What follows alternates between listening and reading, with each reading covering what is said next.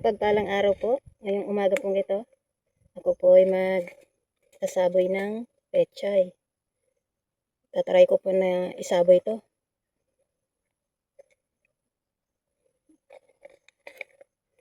Kung matagli na.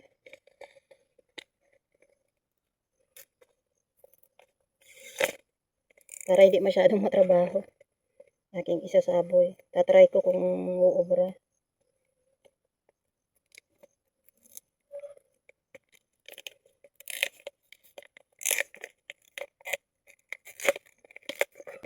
Umaraw na. Kaya balik tayo sa ating mga pang araw-araw na gawain. Magtatrabaho tayo eh. Hindi pwedeng tatamad-tamad at may binubuhay po tayo. Samahan niyo po ako na magsaboy po tayo na buto ng pechay.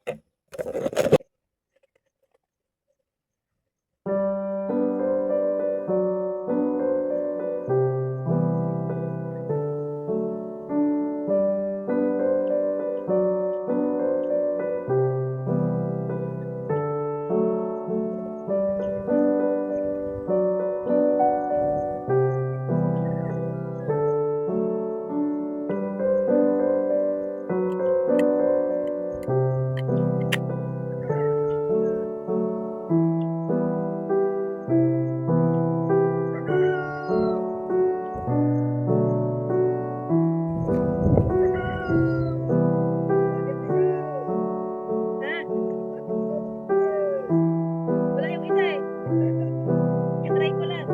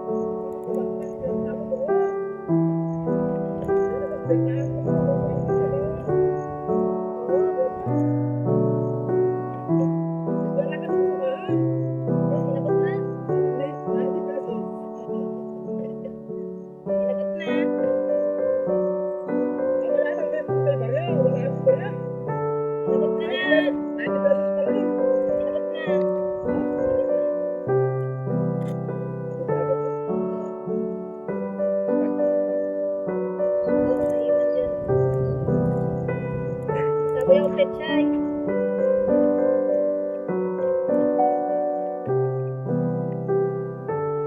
Isang balot.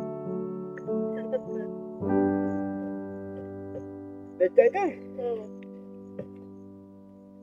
Try ko na isaboy. Sprayan ko ng kaya hindi tangayin ng langgam.